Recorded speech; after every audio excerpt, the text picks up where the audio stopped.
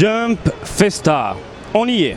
Alors, Banpresto, Bandai, tout ça, il y a des figurines Prize qui arrivent l'année prochaine, mais aussi en fin d'année 2023. Et je vais vous montrer ici My Hero Academia. My Hero, mais pas que. De l'autre côté, il y a du Kimetsu no Yaiba, ce sera 2 licences en une seule vidéo. Bref, tu es chaud, je suis chaud, et on y va. Il y a pas mal de figurines, il y a des produits qui sont déjà disponibles. Hop, là, il y a ça, on en avait parlé, je trouvais ça pas top. Mais par contre, il y a la nouveauté, ici par exemple, The Evil Villain DX Toga Volume 2. Elle est en colère, hein. Elle veut péter des gueules. Hein.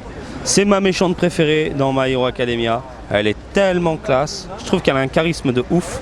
Donc au niveau de la modélisation, c'est assez sympathique. Sauf les cheveux, on a ce côté un peu trop lisse à mon goût. Le sculpteur aurait dû aller un peu plus au niveau de la taillade, hein, pour avoir des mèches un peu plus prononcées. Mais elle reste très jolie. J'aime beaucoup la pose également. Les vêtements sont bien réalisés. Franchement, on est dans le délire de Toga. Hein. On est d'accord, hein, c'est Toga puissance 1000. Par contre, on a des textures qui coincent un petit peu. Ce que j'entends par là, on est sur du brillant. Ça brille de partout et ça manque de nuances, ça manque de couleurs, ça manque d'intensité au niveau de la mirette, malheureusement.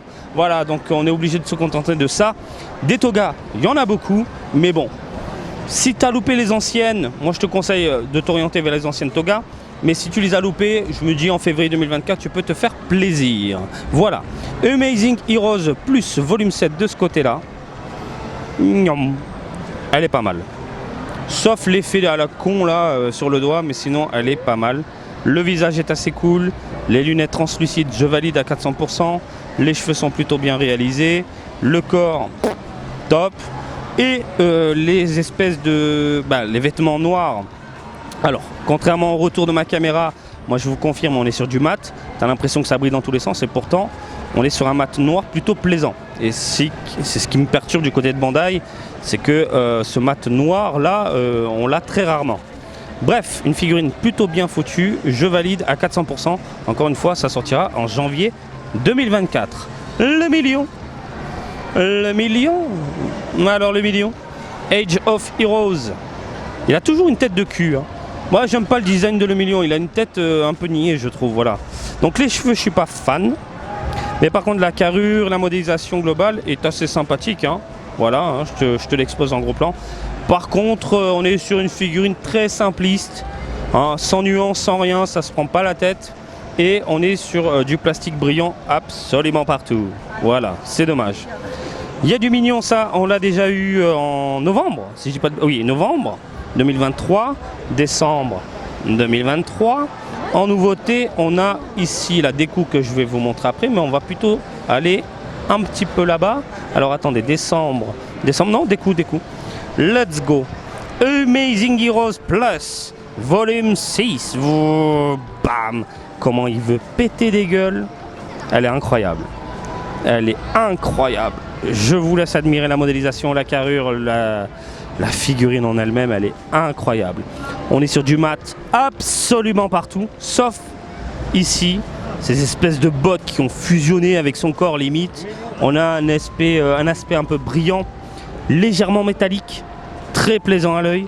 Mais franchement, le regard, la pose, la carrure, le charisme, comment ça tue.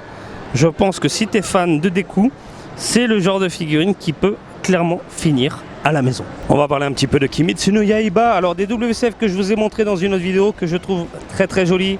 Voilà, celle-là, elle est tout bonnement divine, on est d'accord. Il y a les Vibrations Stars de ce côté-là qui sont sortis en décembre. C'est de la merde. Pareil, je vous l'avais montré. En janvier 2024, Pilier de l'amour, toujours la même, toujours dans les parages. Elle est propre. Voilà, on est sur une figurine typée un peu DXF. Elle est propre. Il n'y a pas de quoi péter une durite en disant « Ah putain, je la veux absolument !» Non, elle est propre. C'est tout. Et nous avons ici, en janvier 2024, en fait, on a des piliers. Voilà. Pour moi, c'est du gâchapon plus, hein, comme d'hab. Voilà. Entre la DXF et le gâchapon. Sans plus.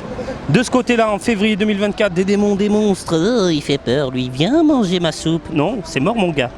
Donc voilà, ici et ici. Par contre, la figurine est très jolie. Elle est très très jolie.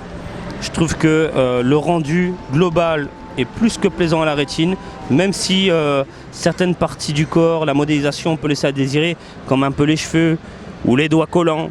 Voilà, mais globalement on est sur un très très beau produit. Je ne sais pas ce que vous en pensez, mais je trouve ça plus que sympathique. En décembre on a eu tout ça, les différents piliers, et il y a de la Glitter & Glamours qui arrive en février 2024. Ici, pilier de l'amour, Glitter & Glamours, Special Color. Alors ça veut dire quoi? Ça veut dire que c'est déjà disponible en fait, on a déjà une Glitter & Glamours de la donzelle. Special Colors, c'est un aspect laqué sur absolument tout le corps, les cheveux, le visage, les vêtements non. Ah, pas ici. Nezuko par contre a vraiment cet aspect laqué, mais pas le pilier de l'amour. Donc Mitsuri est plutôt mignonne.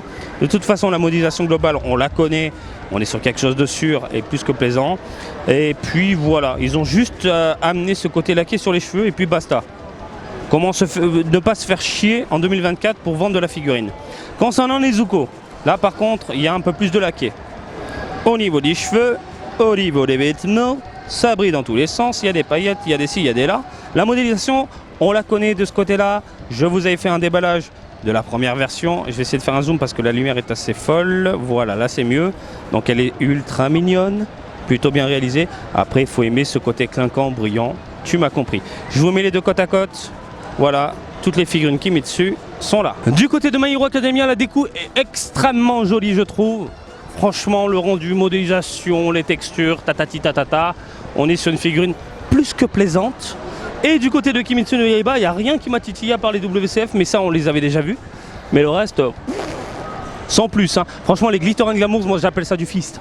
Hein, on met du laqué dessus. Limite, tu t'achètes maintenant une Glitter & Glamours, limite, tu te prends une deuxième, une double, et t'achètes les bombes qui te permettent de laquer, et ça y est, tu l'as déjà. Avant Bandai. C'est pas un truc de dingue? Non, bah, franchement, j'appelle ça se faire de l'argent facilement. Voilà concernant Kimetsu no Yaiba et My Hero Academia. Vous pouvez en débattre pour ne pas changer dans les commentaires. Et comme d'habitude, je vous invite à me suivre sur Twitter, Facebook, Twitch et TikTok, Marty Japan. Et je vous dis à très bientôt. Allez, salut, bisous, ciao, ciao!